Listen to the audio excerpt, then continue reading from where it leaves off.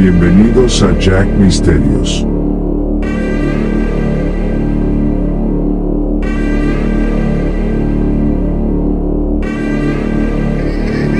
El hombre de paja. En noche de Halloween, a Tony, su padre le pidió que saliera a buscar una calabaza del sembradío que quedaba algo distante. Tony no era un chico muy trabajador que digamos, siempre buscaba la ley del menor esfuerzo, así que cuando lo enviaron a caminar, salió de mala gana, aunque llevó a su fiel perro para que lo acompañara. Ya había entrado la tarde y estaba oscureciendo mientras Tony caminaba por la carretera de tierra entre los sembrados de maíz del área. Sin embargo, su perro se detuvo repentinamente y comenzó a ladrar y gruñir sin parar en dirección hacia uno de los sembrados. ¿Qué te pasa, Nerón? ¿Qué estás viendo?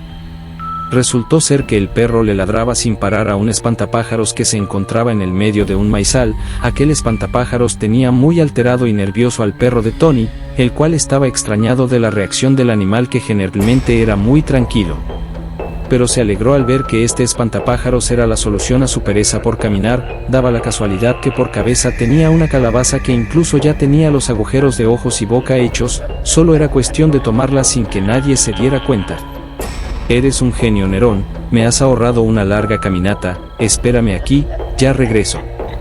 Tony ingresó al sembradío, cuyos maizales eran casi de su altura e impedían un poco ver el camino, pero aún así pudo orientarse hasta llegar al espantapájaros en medio del maíz.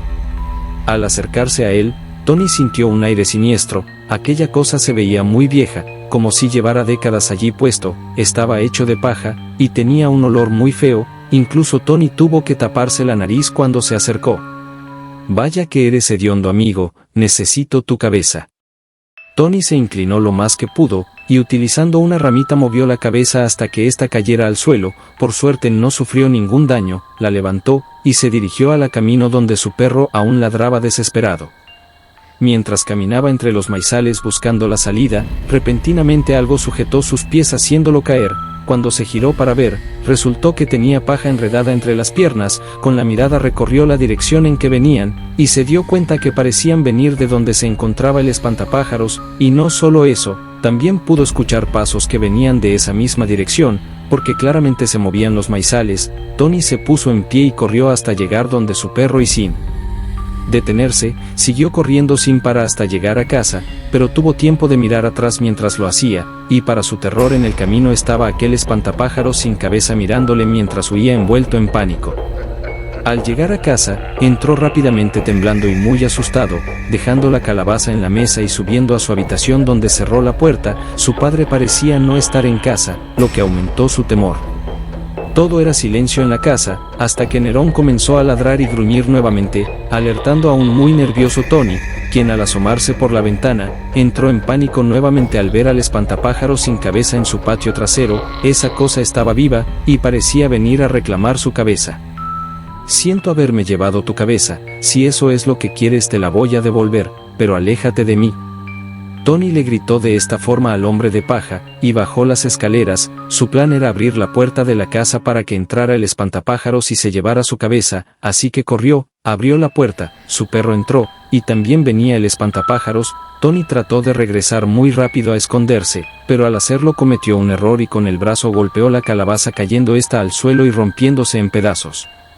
El pobre chico quedó petrificado, paralizado mirando cómo la cabeza del hombre de paja estaba destruida. ¿Ahora qué haría? No tuvo mucho tiempo de pensar en nada, ya que el espantapájaros había entrado a su casa y estaba parado justo frente a él.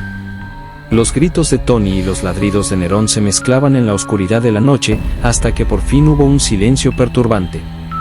Unas horas después su padre regresó a casa, encontrando todo en desorden y en el suelo, junto a una calabaza hecha pedazos, había también un bulto enorme de paja seca. El padre, muy nervioso al no ver a su hijo, removió la paja poco a poco, encontrando debajo de ella el cuerpo sin vida de Tony. El hombre gritaba y lloraba de dolor al ver a su hijo muerto. Sin embargo, algo faltaba. El padre se dio cuenta de un rastro de paja que iba en dirección al camino de tierra, sacó fuerzas de donde no tenía y junto con el fiel perro de Tony siguió el rastro hasta el maizal donde estaba el espantapájaros. Él no entendía qué significaba todo esto. Así, abriéndose paso por entre el maíz, llegó hasta donde estaba aquel hombre de paja, encontrando lo que faltaba en el cuerpo de Tony, su cabeza, que Ahora era la nueva cabeza del espantapájaros. El padre simplemente cayó de rodillas, mientras sus lágrimas bajaban por su rostro al ver tan espeluznante escena. La novia sin cabeza. En un barrio pequeño de la vieja Bolivia, vivió una jovencita guapa pero muy pobre, llamada María. Ella se había enamorado de Rufino, un joven que no tenía nada que ofrecerle, excepto su amor desinteresado. A pesar de que lo amaba, a la muchacha le aterraba vivir en la pobreza, por lo cual no se decidía a poner fecha para la boda. Al ver la aflicción de su amada, Rufino decidió viajar a la Argentina para buscar fortuna y ofrecerle las comodidades que ella anhelaba. Cuando vuelve, seré un hombre tan rico que no habrá ningún problema para casarnos. Hasta entonces, espérame María, que te prometo que volveré. María le aseguró a su vez que le iba a estar aguardando. Sin embargo, pasaron los meses, luego, más de un año, y ya no recibía noticias de su prometido. Para entonces, la chica había logrado llamar la atención de un hombre muy rico, pero poco atractivo y mucho más viejo que ella. El inesperado pretendiente la perseguía todos los días para convencerla de ser su esposa. Y aunque a María le despertaba repugnancia el solo hecho de pensar en besarlo, finalmente accedió, cegada por la desesperación de no saber nada de Rufino y el odio a la pobreza. El día de la boda, María se encontraba preparándose para irse a la iglesia. Ya tenía puesto su vestido blanco de novia, así como las flores que llevaría ante el altar. Ahora se miraba en el espejo con los ojos cargados de tristeza. Pensaba en Rufino y en lo que habría podido ser si tan solo hubiera regresado.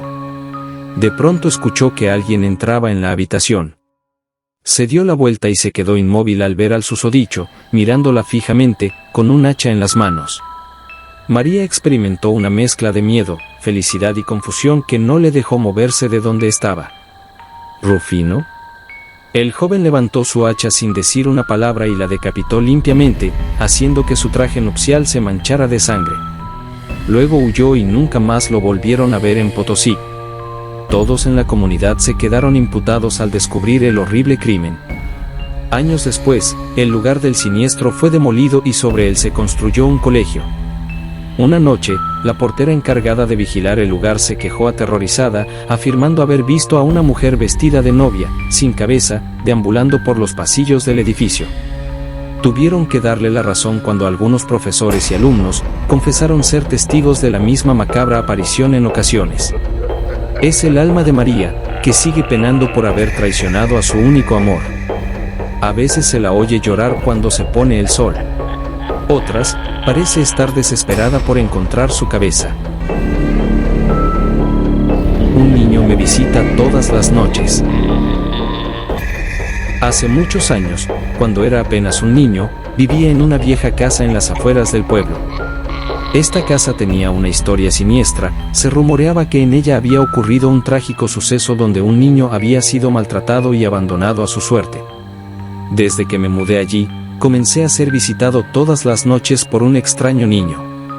Aunque era difícil ver su rostro debido a su palidez y la oscuridad en la habitación, podía sentir su presencia.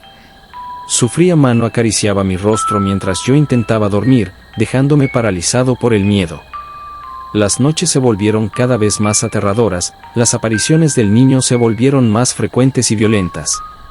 El sonido de sus susurros llenaba mi mente y su figura se materializaba cada vez más cerca de mí. No importaba cuánto intentara escapar de él, siempre aparecía, sin importar cuántas veces cambiara de casa o me mudara de ciudad. Mi vida se convirtió en un constante tormento, no podía dormir, ni disfrutar de la tranquilidad de las noches. Me vi envuelto en una paranoia constante, cada sombra parecía ocultar al niño, cada ruido era su risa burlona. Comencé a perder la cordura, consumido por el terror que me acechaba noche tras noche. Un día, en medio de una crisis nerviosa, decidí investigar sobre la historia de la casa. Descubrí que efectivamente, un niño había sido abandonado en ese lugar hace muchos años. Su madre, abrumada por la pobreza y la enfermedad, no pudo cuidarlo y lo dejó a su suerte en aquella casa lúgubre. Conmovido por su trágica historia, decidí buscar alguna forma de liberarlo, de poner fin a mi martirio. Me contacté con un médium, quien me aseguró tener la capacidad de comunicarse con los espíritus. Organizamos una sesión en la casa, con la esperanza de encontrar la paz para el alma atormentada del niño. La noche de la sesión llegó y, junto al medium, ingresamos a la vieja casa. Prendimos velas y nos sentamos en el suelo, dispuestos a contactar al niño y ayudarlo a encontrar la paz.